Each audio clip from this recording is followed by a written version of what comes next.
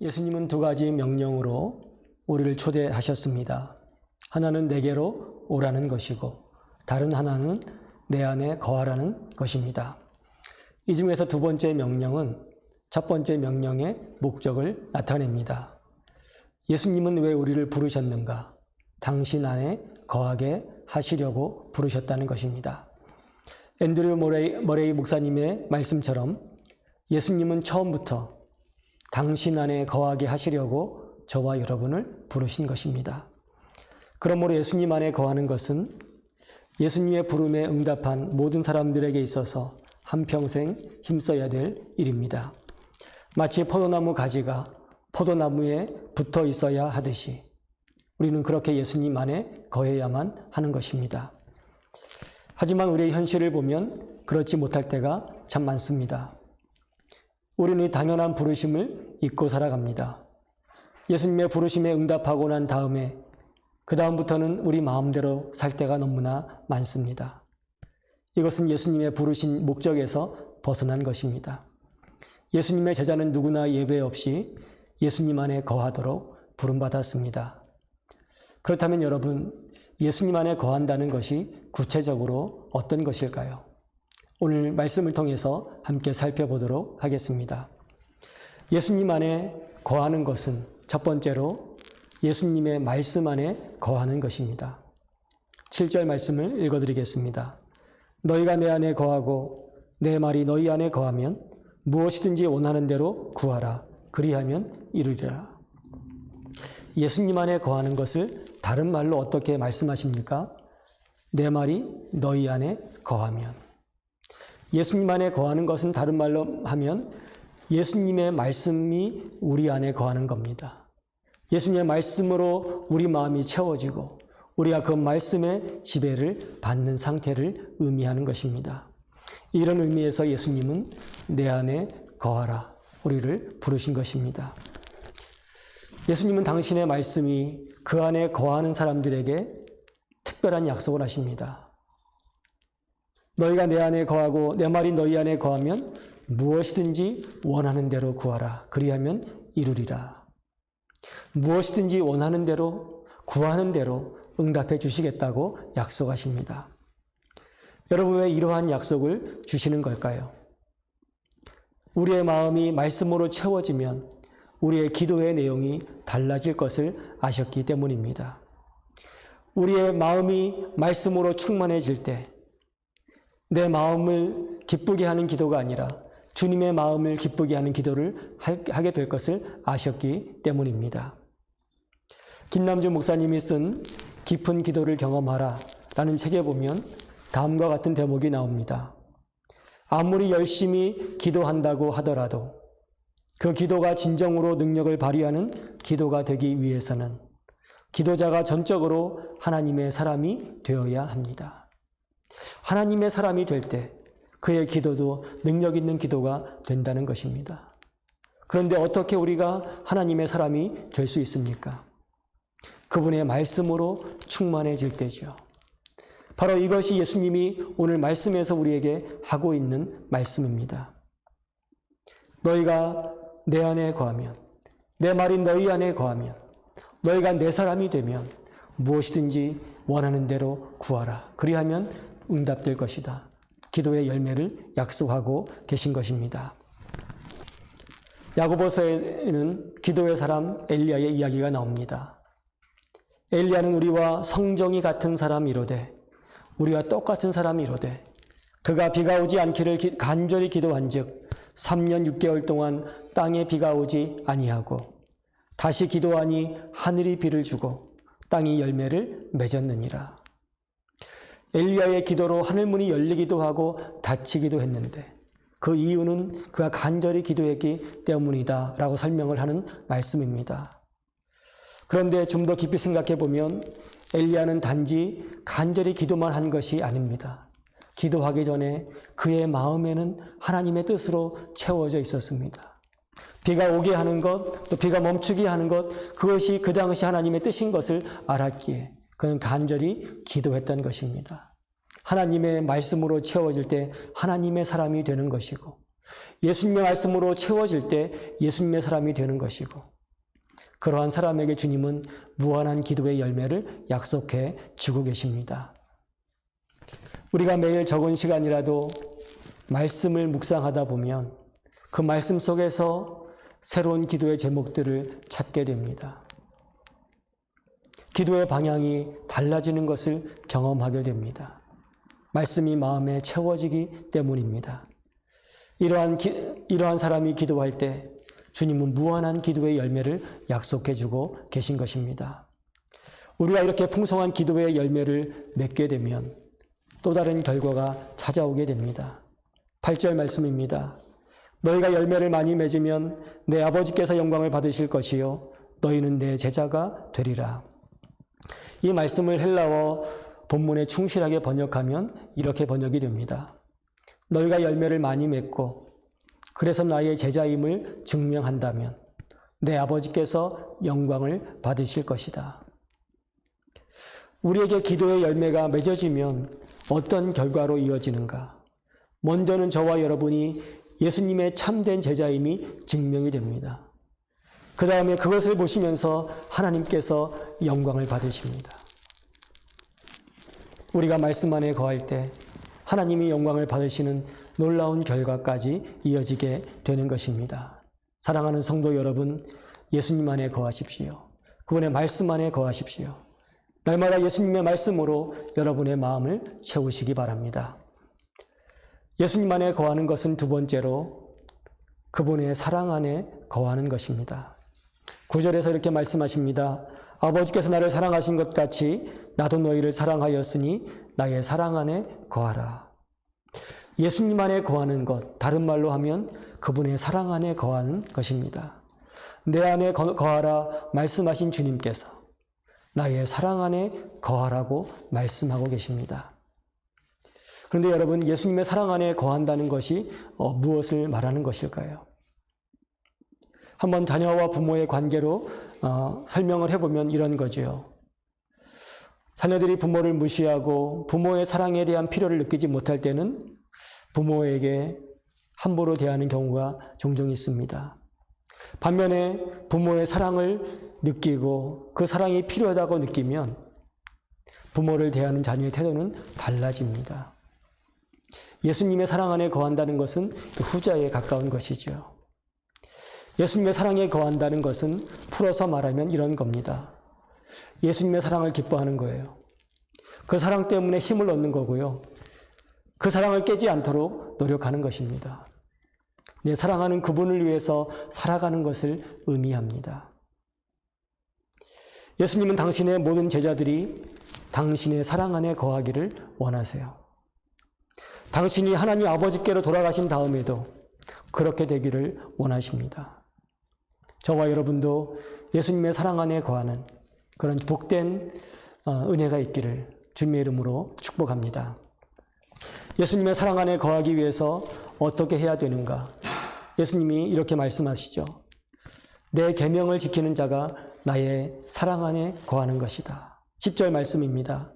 내가 아버지의 계명을 지켜 그의 사랑 안에 거하는 것 같이 너희도 내 계명을 지키면 내 사랑 안에 거하리라. 우리가 어떻게 예수님의 사랑 안에 거할 수 있습니까? 예수님의 계명에 순종하고 그분의 명령을 받들어 그분을 위해 살아갈 때 우리는 그분의 사랑 안에 거하게 되는 겁니다.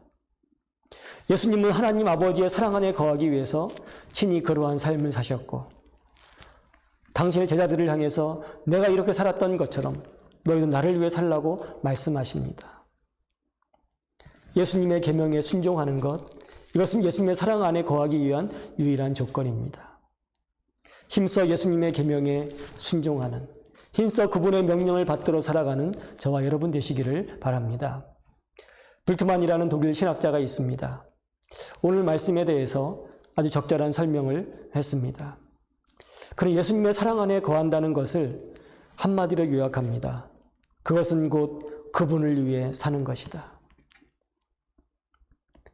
우리가 사랑하는 누군가를 위해서 살아가듯이 예수님을 위해 살아가는 것, 그것이 그분의 계명에 순종하는 모습이고 그분의 사랑 안에 거하는 모습이다라고 설명을 한 것입니다.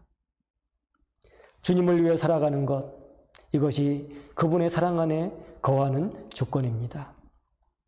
이처럼 저와 여러분이 예수님의 사랑 안에 거하고자 살아갈 때에 그 결과는 괴로움이 아니라 기쁨이다 라고 주님이 말씀하십니다. 11절에 이렇게 말씀하십니다. 내가 이것을 너희에게 이름은 내 기쁨이 너희 안에 있어 너희 기쁨을 충만하게 하려 함이라. 예수님의 사랑 안에 거하는 삶을 살고자 하면 예수님의 기쁨을 충만하게 부어주시겠다라고 약속하고 계십니다. 여러분, 우리는 이러한 기쁨보다 내가 갖고 싶은 것을 갖고 얻고 싶은 것을 얻고 하고 싶은 것을 함으로써 얻는 기쁨을 구하지요. 그것이 전부인 줄 알고 살아가지요. 그러나 또 다른 차원의 기쁨이 있습니다. 내가 주님을 사랑했더니, 사랑하는 주님을 위해 살아갔더니 주님이 부어주시는 기쁨이 있더라는 것입니다. 주님께서는 당신의 사랑 안에 거하고자 하는 모든 사람을 향해서 내 기쁨으로 충만하게 되리라 약속하고 계십니다. 이러한 은혜가 저와 여러분 가운데도 있기를 바랍니다. 이 설교를 준비하면서 떠오른 사람이 사도 바울입니다. 그는 평상시에도 사역을 감당할 때도 극한의 상황에서도 주의 사랑 안에 거하고자 했던 사람입니다. 그는 평소에 시간을 정해서 기도함으로 주의 사랑 안에 거하기를 원했고, 맡겨진 사역을 감당할 때는 마지막 피 한 방울까지 주를 위해 쏟아붓기 위해서 살았던 사람이고, 극한의 상황 가운데서도 주님의 사랑을 의지했던 사람입니다. 그의 한평생은 주의 사랑 안에 거하는 삶이었습니다. 그는 로마서 8장에서 이렇게 유명한 고백을 합니다. 누가 정죄하리요? 죽으실 뿐 아니라 다시 살아나신 이는 그리스도 예수시니 그는 하나님 우편에 계신 자요 우리를 위하여 간구하시는 자신이라. 누가 우리를 그리스도의 사랑에서 끊으리요? 내가 확신하노니 다른 어떤 피조물이라도 우리를 우리 주 그리스도 예수 안에 있는 하나님의 사랑에서 끊을 수 없으리라. 그는 최악의 상황을 경험하면서도 주님의 사랑을 확신했습니다. 그 사랑 때문에 흔들리지 않았습니다. 그렇게 사랑하는 주님을 위해서 자신의 목숨을 바쳐 살아갔던 것입니다. 그러한 삶을 살았기 때문에 그에게는 주님이 주신 기쁨이 언제나 충만했습니다. 감옥에 갇혀 있으면서도 오히려 밖에 있는 성도들을 향해서 기뻐하라고 격려할 만큼 그의 안에는 기쁨이 있었습니다. 주의 사랑 안에 거할 때 주님께서 기쁨을 선물로 주시는 것입니다. 마지막으로 예수님 안에 거하는 것은 이웃을 사랑하는 것입니다. 예수님 안에 거하는 것이 예수님만 바라보는 게 아닙니다. 24시간 주님만 바라보라, 그렇지 않습니다. 주님은 오히려 이렇게 말씀하십니다. 내 안에 거하려면 이웃을 사랑하라. 내 안에 거하려면 이웃을 바라보라고 말씀하십니다. 그것이 바로 주님 안에 거하는 것이라고 말씀하십니다. 예수님은 우리가 사랑해야 될 대상을 둘로 나누어 설명하시죠. 첫 번째로는 가까운 가족, 믿음의 형제 자매를 사랑하라고 말씀하십니다. 12절 말씀입니다. 내 계명은 곧 내가 너희를 사랑한 것 같이 너희도 사랑하라 하는 이것이니라. 예수님의 계명은 복잡하지가 않습니다. 단순하고 분명합니다. 사랑하라는 거예요. 위로는 하나님을 사랑하고 옆으로는 이웃을 사랑하라는 겁니다. 이 둘을 합하여 너희도 서로 사랑하라 압축하고 계신 것입니다. 가장 먼저 사랑해야 될 대상이 누구라고요? 너희라고 말씀하십니다. 서로라고 말씀하십니다. 주님의 제자들끼리 먼저 사랑해야 된다. 믿음의 사람들끼리, 믿음의 형제 자매들끼리 먼저 사랑하라고 말씀하고 계십니다. 그렇게 사랑하는데 대충 사랑하는 게 아니라 주님이 우리를 사랑하신 것처럼 사랑하라고 말씀하십니다. 내가 너희를 사랑한 것 같이 너희도 서로 사랑하라. 주님은 한 번도 이 기준을 낮춘 적이 없습니다. 내가 너희를 사랑한 것 같이 너희도 서로 사랑하라는 것입니다. 주님이 명령하셨으니 우리를 그렇게 만들어 가실 것입니다. 예수님이 우리를 어떻게 사랑하셨는가 13절에서 밝히고 계십니다. 사람이 친구를 위하여 자기 목숨을 버리면 이보다 더 큰 사랑이 없나니. 예수님은 자격이 없는 우리를 친구라고 불러주시고 그러한 친구를 위해서 목숨까지 내어주셨습니다. 자기를 내어주는 이타적인 사랑, 희생적인 사랑, 이것이 주님의 사랑이었습니다. 우리가 주 안에서 형제요, 자매요, 한 가족을 대할 때 이러한 사랑으로 대해야 된다는 것입니다. 그러할 때 우리는 내가 주님 안에 있구나 라는 것들을 깨닫게 될 것입니다. 우리가 금요일마다 쉐마 학당을 진행하고 있습니다. 말씀을 가족끼리 나누는 시간이 얼마나 복된지 모르겠습니다.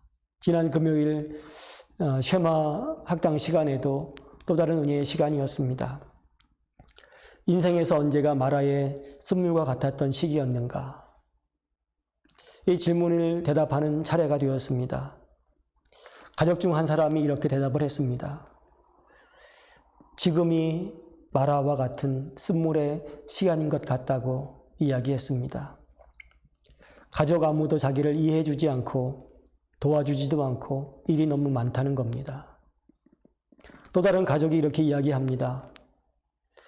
우리가 서로에게 좀 더 친절해지면 좋겠습니다. 어떻게 보면 우리 가족이 마라의 쓴물과 같습니다.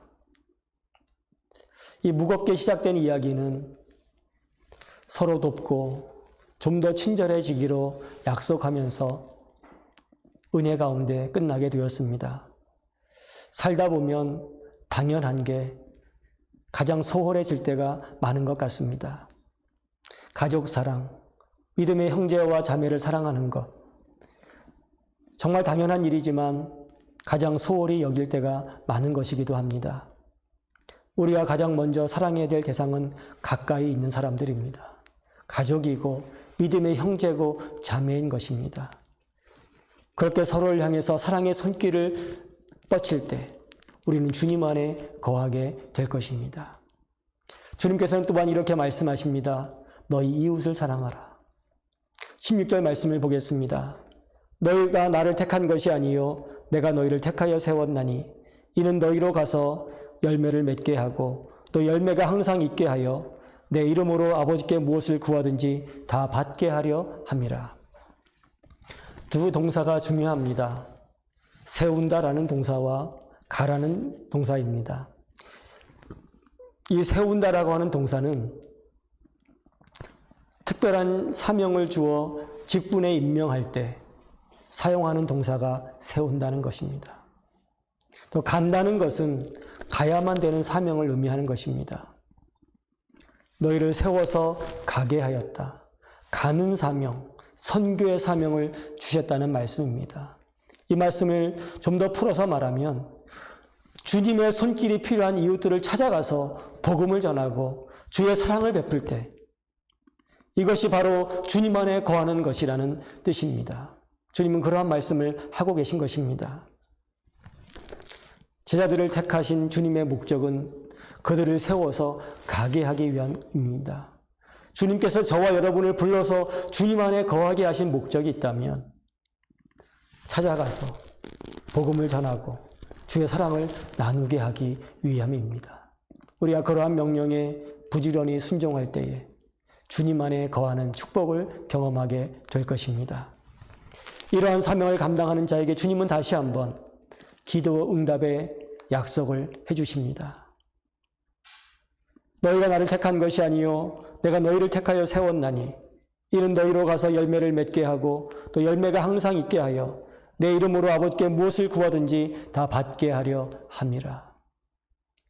주님 안에 거하고자 서로 사랑하고 이웃을 찾아가서 사랑의 손길을 베푸는 자들에게 그 일을 감당하려고 기도하는 자들에게 내가 응답해 줄 것이다. 기도의 열매를 풍성하게 줄 것이다. 약속해 주고 계신 것입니다. 우리가 서로 사랑할 때 우리가 이웃을 향해 복음의 빛을 비출 때 우리는 주님 안에 거하게 되는 것입니다. 말씀을 정리하겠습니다. 지난주에 이어서 이번 주에도 예수님 안에 거하라는 명령을 살펴보았습니다. 너무나 중요한 주제입니다.